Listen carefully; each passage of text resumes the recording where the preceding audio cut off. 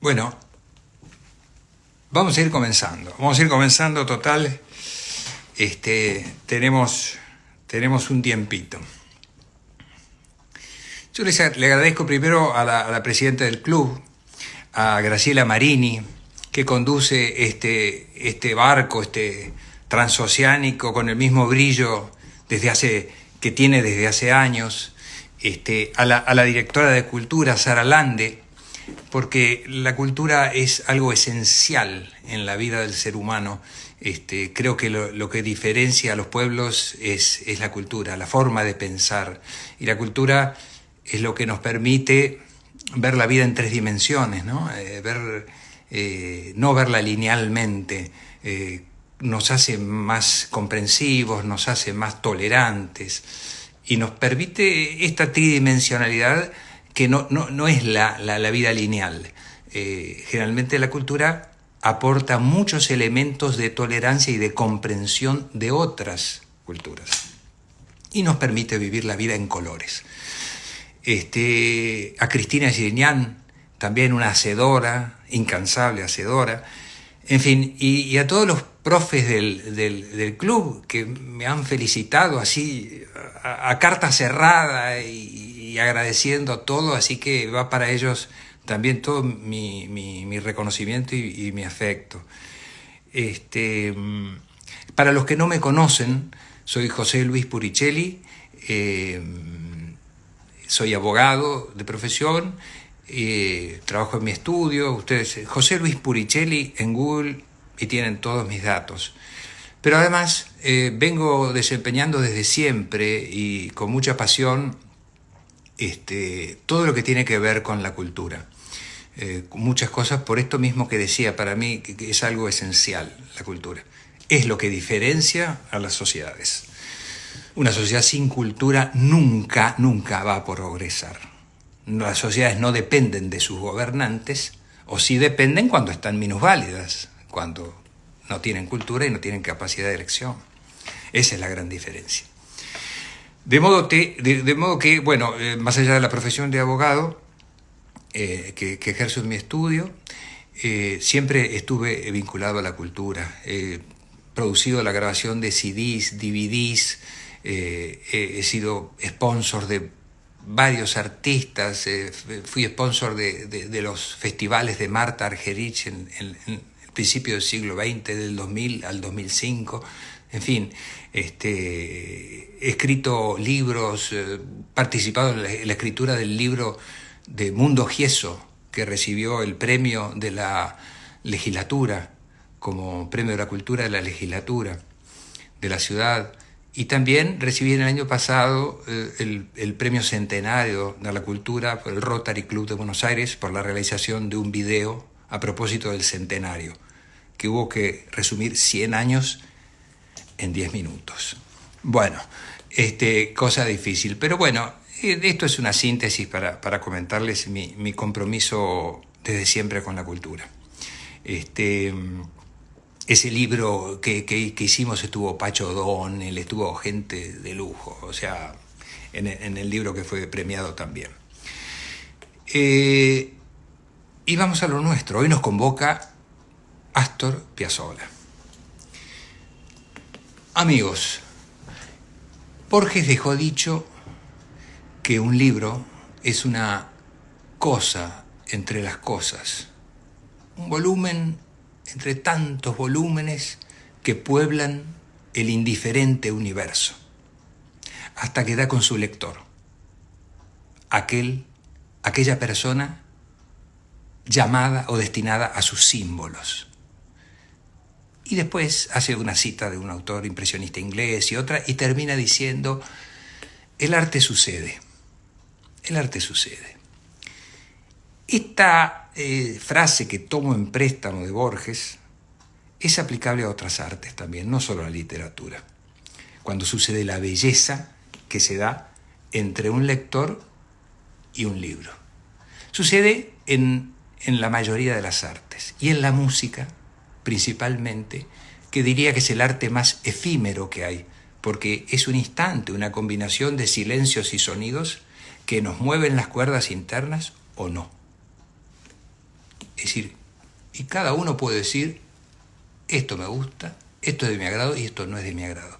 Ese instante, ahí donde se produce ese fenómeno emocional que Borges llama belleza y que nadie pudo explicar aún, es lo que nos trae a tratar estos temas vinculados a la música. Analizar un poco estos personajes que han dejado escrita una página dorada en la música del siglo XX.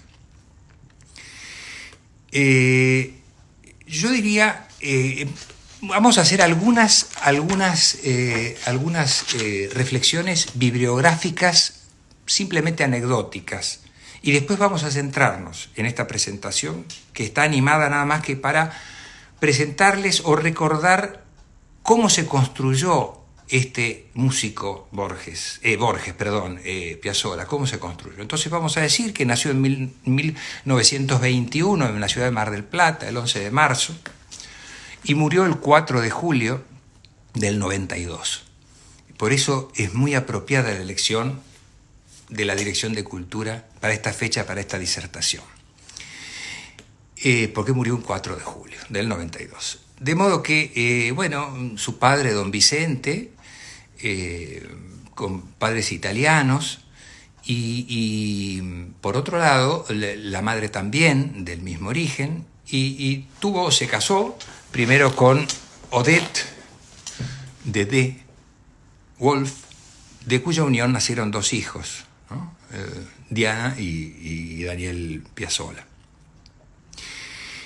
Piazzolla fue bandoneonista, pianista, arreglador o arregladista y compositor.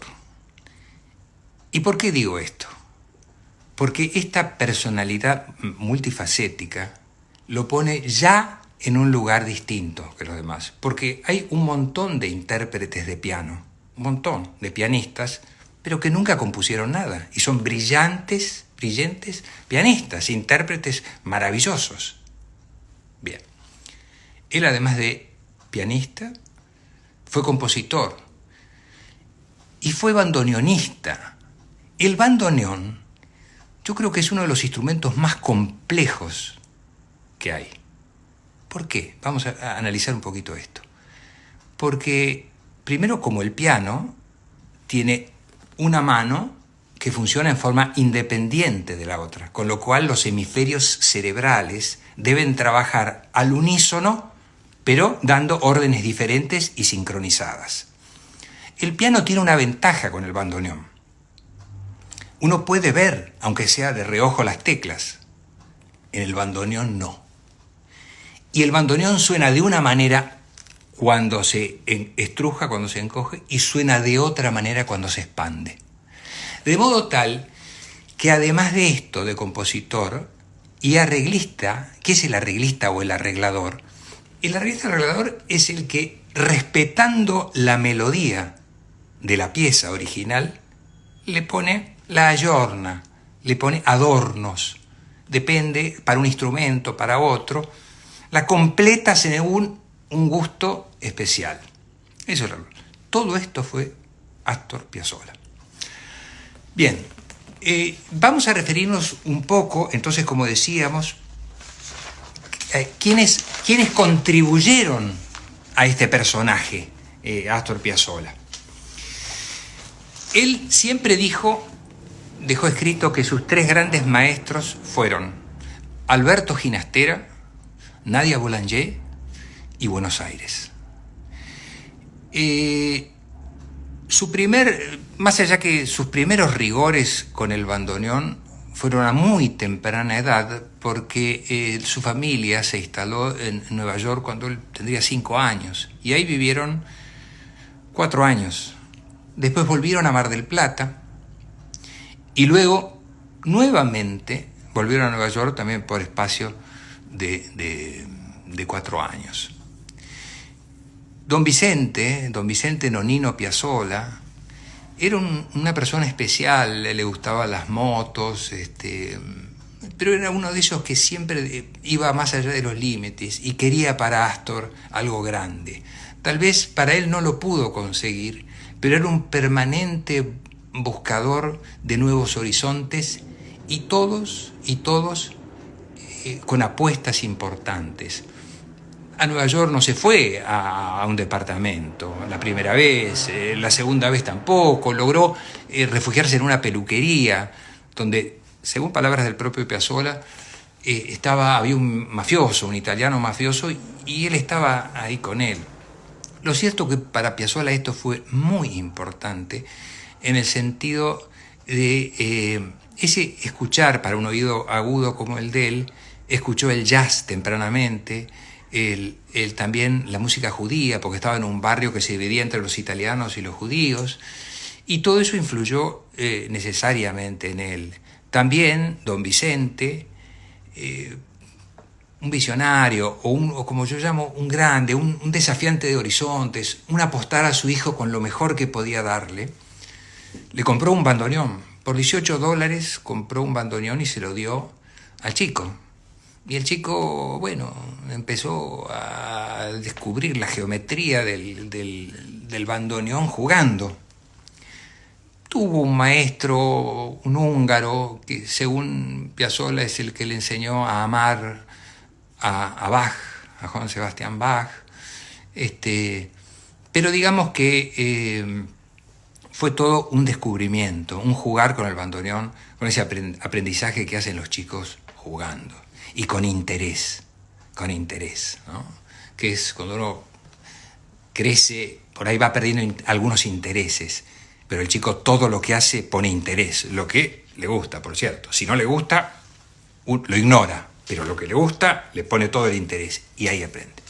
Porque no es solo que aprende jugando, aprende porque pone mucho interés el chico. Entonces, ahí empezó sus primeros rudimentos.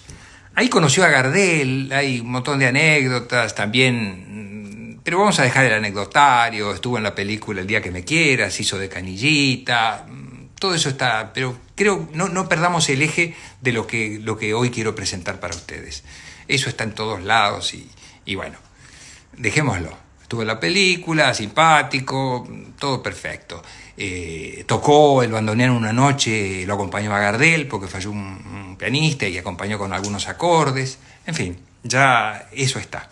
Y eso era obra de Nonino también. ¿Por qué le abría esas puertas? Él decía, está Gardel acá. Y bueno, vamos a verlo a Gardel. Y él estaba atrás. Por eso Don Vicente fue un padre visionario y muy pujante por su hijo. Hizo un montón de cosas por su hijo, por lograr un hijo grande, un hijo importante, un hombre que trascienda en la música, porque a Nonino también le gustaba mucho la música.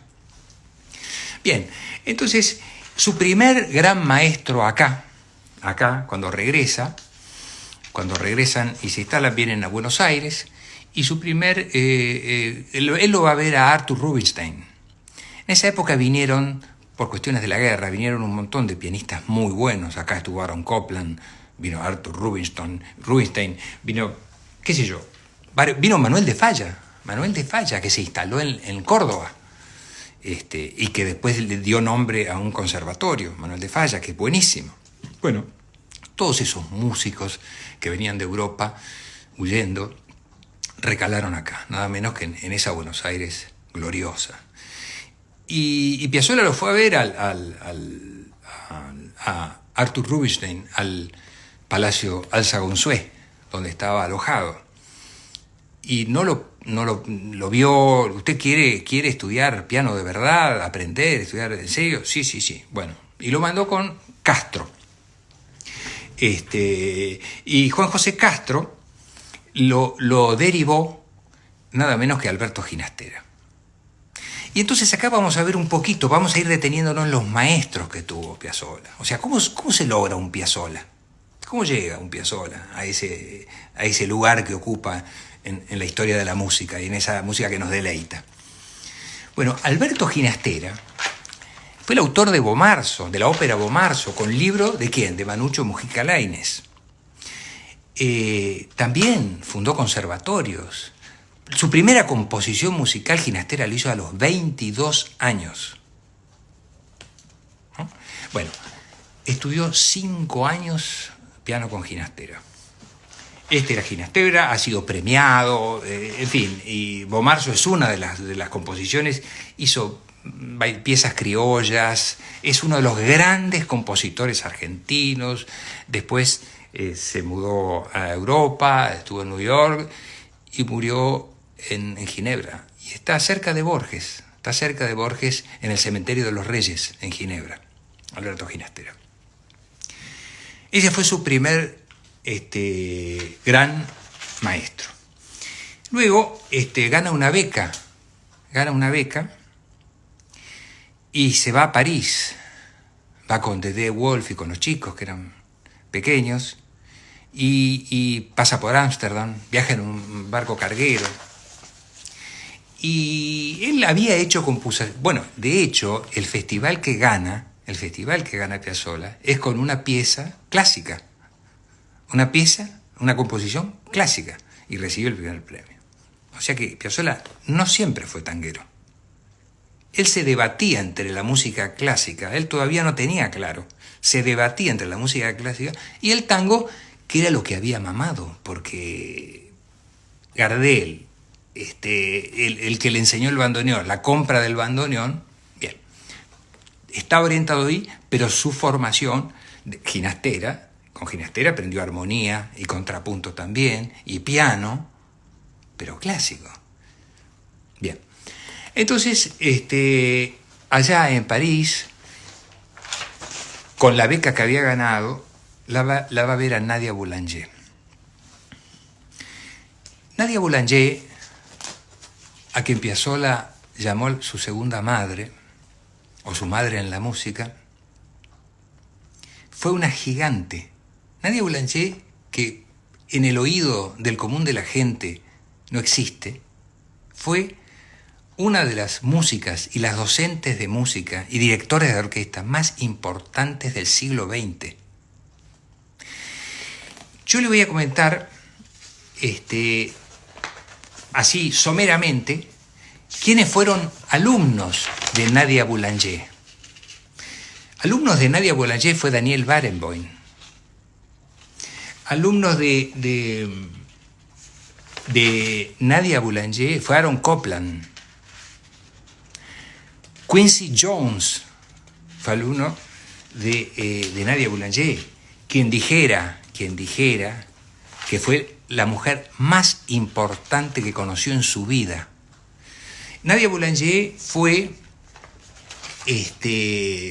director de orquesta de la Sinfónica de Nueva York. Fue una de las docentes más destacadas del Conservatorio de Francia. Recibió un montón de distinciones. Bueno, con Nadia Boulanger estudió también armonía Piazzolla. Piazzolla se debatía, con ella le daba vergüenza, había llevado el bandoneón, pero lo tenía guardado en el ropero. Fue al piano con Boulanger.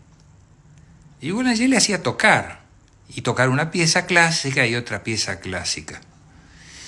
Y un buen día le dice, ¿pero cuál es su música, Piazzolla o Astor? ¿Cuál es su música? ¿Usted qué le gusta? ¿Qué toca en Buenos Aires? Y yo toco tango. Ah, toca tango.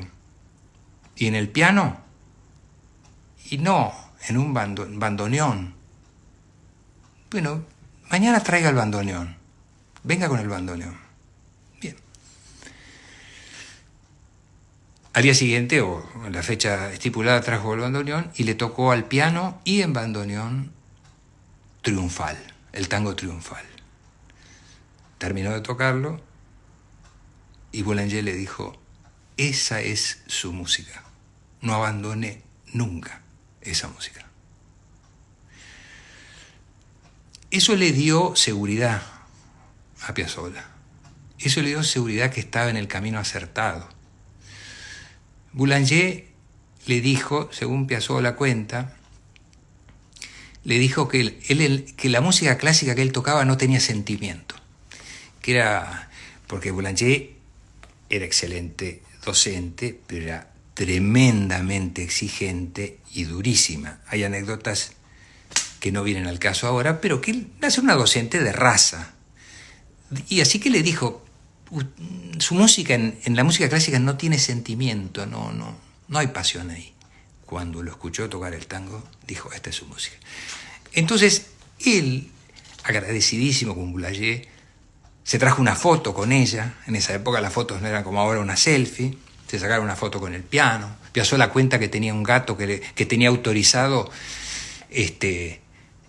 jugar con las uñas en el sillón. En fin, y que lo miraba medio raro. En fin, esas anécdotas, cuentos al margen, simpáticos.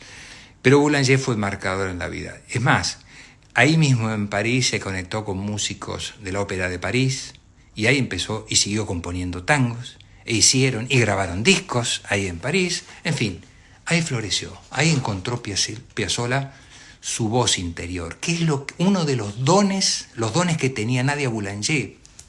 Permítanme que siga hablando de Nadia Boulanger. Los dones que tenía era escuchar la voz de cada música, descubrir cuál es la voz de cada músico. Nadia Boulanger, otro de sus amigos era Igor Stravinsky. Las partituras que publicaba Stravinsky las revisaba antes Nadia Boulanger. Stravinsky, el del Pájaro de Fuego, el de la Consagración de la Primavera, el de Petrushka que bailó Nijinsky, aquel bailarín que vencía la ley de la gravedad. Bueno, Igor Stravinsky, ese señor, el ruso, ese señor fue alumno de Nadia Boulanger y las partituras pasaban por él.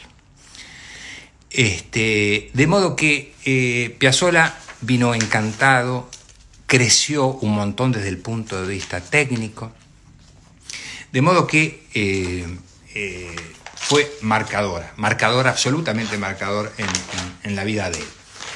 Bueno, cuando él llega acá ya definido en el tango, a ver, enviar una solicitud para estar en tu video en vivo. Bueno, me enviaron una solicitud para estar en el video en vivo. Bueno, no quiero tocar nada, pido disculpas. Espero que quede la grabación. Por ahí toco y desaparecemos todos. En esto no la tengo a Nadia Boulanger que me ayude. Perdón, no sé.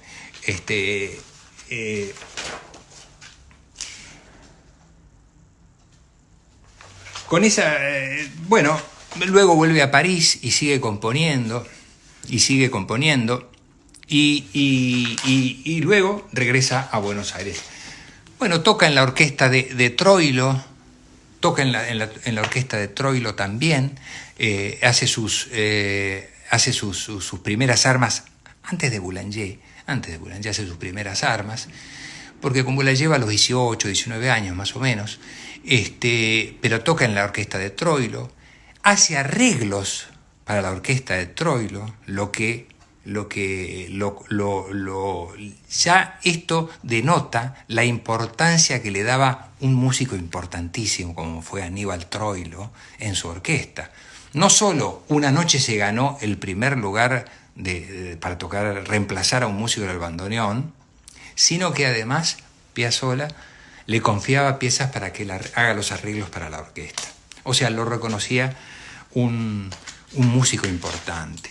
Luego, con los años, bueno, Piazzolla deja la orquesta y bueno, lo que dejó dicho Piazzolla es que la goma de borrar de Troilo era gigante y él, claro, con todo este bagaje de conocimientos hacía unos arreglos difíciles. Y Troilo, que era más tradicional en el tango y quería conservar esa línea, parece que le eliminaba un montón de arreglos. Bueno, lo cierto es que más allá de la cuestión personal, lo que necesitaba Piazzolla era otro horizonte, porque Piazzolla siempre fue una persona que desafió sus límites. Sus límites fueron umbrales, no fueron límites, fronteras que no eran límites, eran umbrales, pasaba por el umbral y crecía y tenía nuevas cosas que aportar.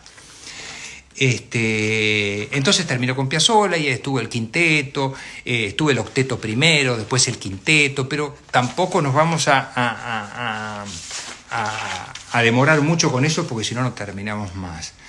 Hay dos temas que yo he elegido arbitrariamente, con lo cual pueden estar de acuerdo o no, y lo respeto, pero simplemente porque entiendo que están en el oído de todos. Y como esto es Piazzolla solo en palabras, de modo que prefiero que hablemos de algo que conocemos y que son además íconos en la discografía de Piazzolla. Todos sabemos que con motivo, él estaba en una gira en Puerto Rico, Centroamérica, y bueno, recibe la triste noticia del fallecimiento de don Vicente Nonino Piazzolla. Bueno, él no suspendió el espectáculo, salió a tocar, quedó muy afectado con el tema. Imagínense lo que significó Nonino en la vida de él, ¿no? Y él ha dicho muchas veces, si mi padre estuviera vivo, vería lo que él quiso para mí. Vería reflejado, él quiso que yo sea lo que soy. De modo que Nonino fue un protagonista dentro de la vida de este chico que lo ayudó a florecer y a sacar todo lo que tenía.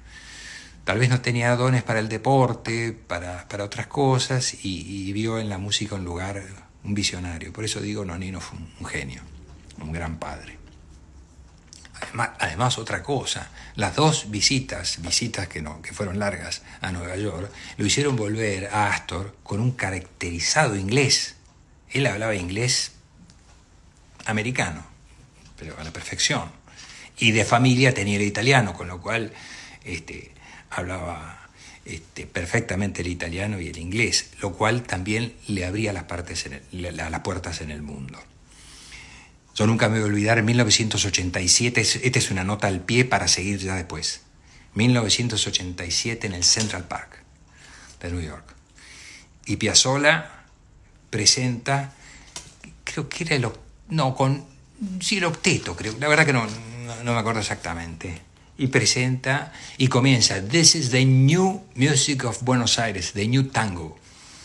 Y ahí un italiano le dijo, italiano, allora, un italiano, questa è la nuova musica de Buenos Aires. Y empezó y habló en italiano, presentó, contó la historia del bandoneón y fue un espectáculo impresionante, una tardecita temprano, un lujo, una cosa impresionante. Bueno, ese era Piazzolla. Desafiaba los límites y por eso tenía también algunos inconvenientes con los tangueros ortodoxos, lógicamente. Vamos a uno de los temas que creo que es un ícono y que refería un poquito con la muerte de Nonino. Muy afectado por eso, en Nueva York estaba con los chicos, con la familia, con Dedé y los dos chicos, y bueno, se fue a una parte y compuso el Adiós Nonino. El Adiós Nonino, sobre la base de un nonino que ya había hecho en honor al papá en París 5 años antes, o sea que la estructura estaba, pero hizo un Adiós Nonino que bueno, que es un himno, y por ese Adiós Nonino es conocido en el mundo. El que no lo conoce mucho a Piazzolla, conoce el Adiós Nonino. De Nonino se hicieron más de 100 arreglos, se hicieron grabaciones de todo tipo. Es una pieza, es una obra de arte, y el mismo Piazzolla ha declarado varias veces que nunca pudo superar esa composición. Nunca la pudo superar, él mismo. De modo que esta motivación que tuvo él respecto de su padre y esa composición fue maravillosa y trascendió todas las fronteras, porque se toca en todo el mundo. Empieza con esa forma acompasada, y sigue con la parte central, el adagio del Adiós Nonino. Eso recorrió el mundo. Ese adagio es de una tristeza infinita. Es elegíaco.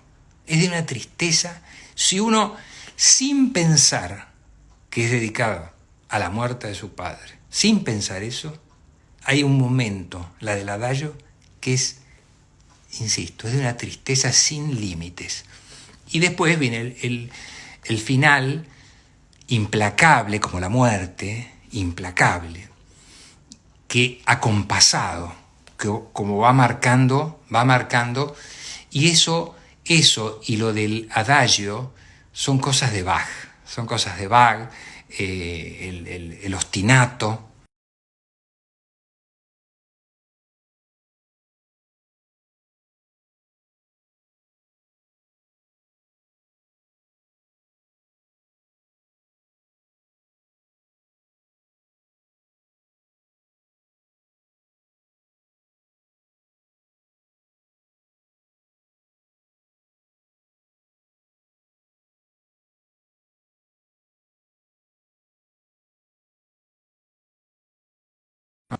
De músicos buenos, el quinteto, siempre, siempre, siempre, ¿por qué?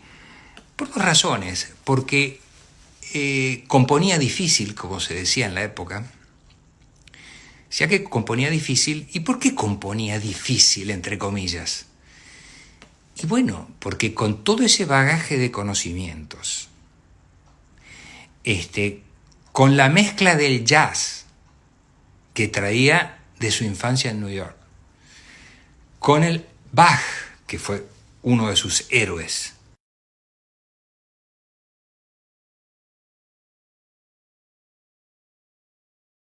esa creatividad impresionante que tenía, obviamente el perímetro del tango clásico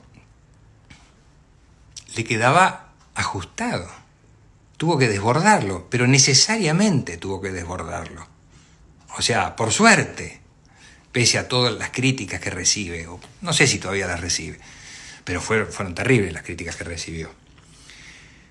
Y va una anécdota sola, cortita, para que tengamos tiempo. En 1985 creo que fue, iban a grabar, de tantos arreglos que hizo para el Nonino, iban a grabar y lo convocó a un pianista mendocino, buenísimo, Dante Amicarelli. Esto lo cuenta Agri, Antonio Agri, que era un violinista también de nivel superior. Por eso hay mucho anecdotario de Piazzolla, porque él estuvo siempre rodeado de gente y siempre de músicos de alto vuelo. Si no, no podían estar con él, no resistían estar con él. Y entonces a Micarelli le presentó la partitura del piano que le tocaba tocar para la grabación, la leyó y la tocó. Bien, perfecto. Piazzolla lo miró y le vio que era un pianista importante, a Micarelli. Bueno, por eso lo había elegido, pero vio que se desplegaba cómodamente en el piano. Esa noche compuso un solo de piano, una introducción de piano rapsódica de 50 segundos aproximadamente para el piano, endiablada, ¿qué se le había ocurrido? Pero en parte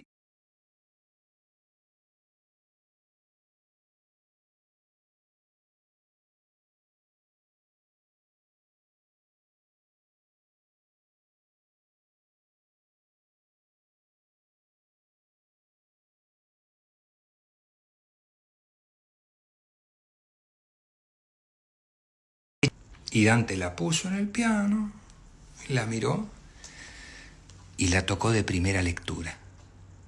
Y terminó y con un cabezazo dijo, lindo el arreglito.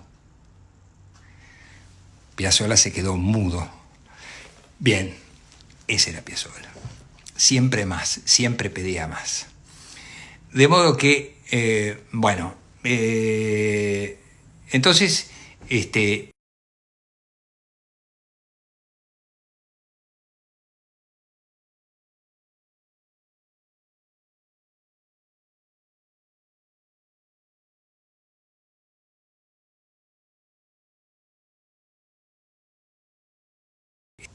en la cabeza de todos. Las tardecitas de Buenos Aires tienen ese qué sé yo, ¿viste? Salís de tu casa por Arenales, lo de siempre, en la calle y en vos. Cuando de repente... La balada para un loco. La balada para un loco es una bisagra en la historia del tango. Es un antes y un después.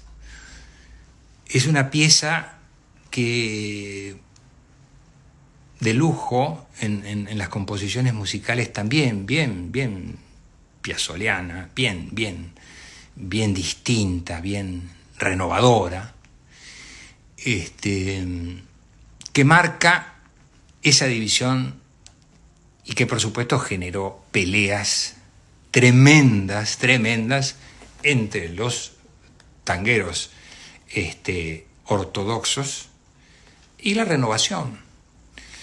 Era un momento nuevo, era un momento, acuérdense de los 69. Bueno, yo soy vintage, un joven vintage. Yo creo que el auditorio no es tan vintage como yo, pero les cuento, para los que no lo son, que son jovencitos,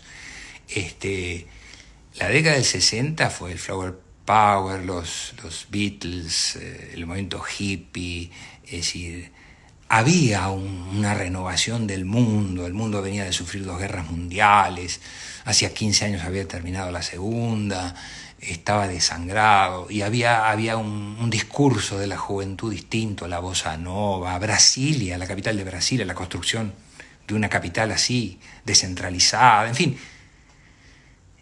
Fue una generación que quería cambiar todo. Bueno, la droga entró también y todo eso. El rock nacional, que empieza ahí. En fin, y ahí se escribe Piazzolla y se da este encuentro mágico entre Piazzolla, Amelita Valdés,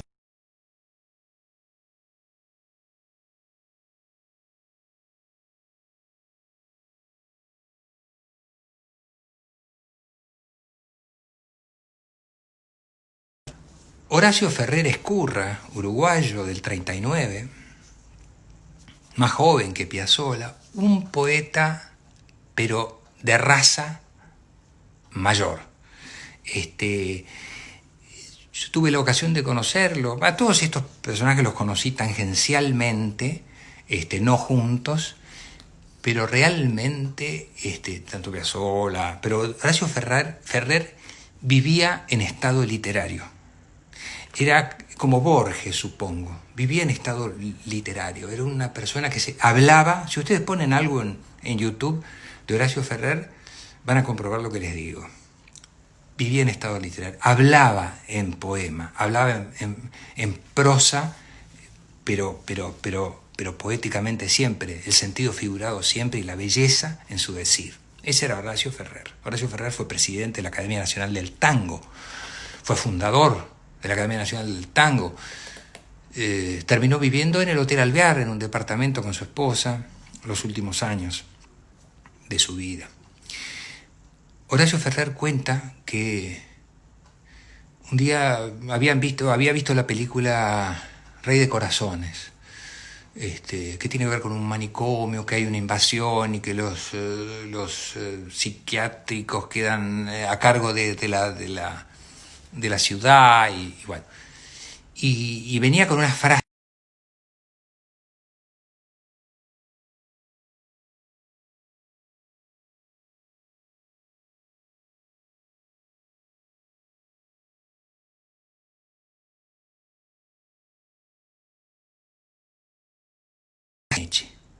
una voz varonil. Y llegó a verlo a Astor y estaba tocando el piano Astor. Y entonces le dijo, ya habían hecho juntos María de Buenos Aires un año antes, una opereta con éxito, María de Buenos Aires. Y le dijo, mira Astor, estoy con esto en la cabeza, ya sé que estoy piantao. Y bueno, y dice que Astor se emocionó porque es como que agarró en el aire algo que lo conmovió mucho. Y cuenta Horacio Ferrer que no le gustaba transudar sus emociones y se le llenaron los ojos de lágrimas. Cerró el piano y le dijo algo así como, ya sé, tenemos un misil entre las manos, le dijo. Y entonces, ¿cómo seguimos? Y bueno, hagamos un recitado. ¿Y cómo un recitado? Y un recitado al principio, bueno, síntesis. La balada para un loco, sacó el segundo premio, porque le dieron el primero a uno que era supuestamente mejor, y es una canción que se canta en todo el mundo, es la bisagra en la historia del tango. Y por otro lado, por supuesto fue criticadísima y fue tremendo, así que, bueno, yo les quiero decir que Piazzolla vivió con toda su pasión en la música. Yo querría dejar acá para ver si hay algunos comentarios o alguna pregunta, si a ustedes les parece bien. Porque el tiempo nos va a cortar y vamos a estar complicados. Creo que fue Piazzolla uno de los grandes músicos, los grandes creadores del siglo XX, sin ninguna duda. Así que bueno, si quieren hacer alguna pregunta, les pido que me la hagan y bueno, o pregunta o algún aporte, algún comentario, lo que sea. Y por supuesto, muchísimas gracias por el tiempo que me dieron.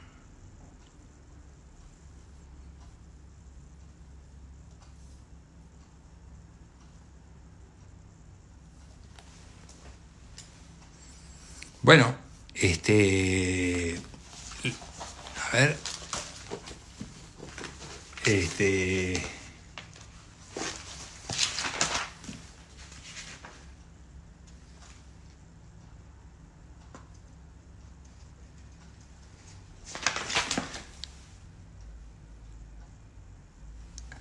sí, más que tango es música ciudadana. Sí, puede ser.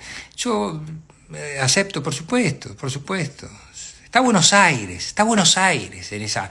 Otra, Moriré en Buenos Aires, por favor, otra composición de Horacio Ferrer. De Horacio Ferrer, moriré en Buenos Aires, moriré de madrugada, como mueren los que saben morir. ¿Por qué? Porque mueren durmiendo. Bueno, un lujo, ese era Horacio Ferrer, por eso, un regalo.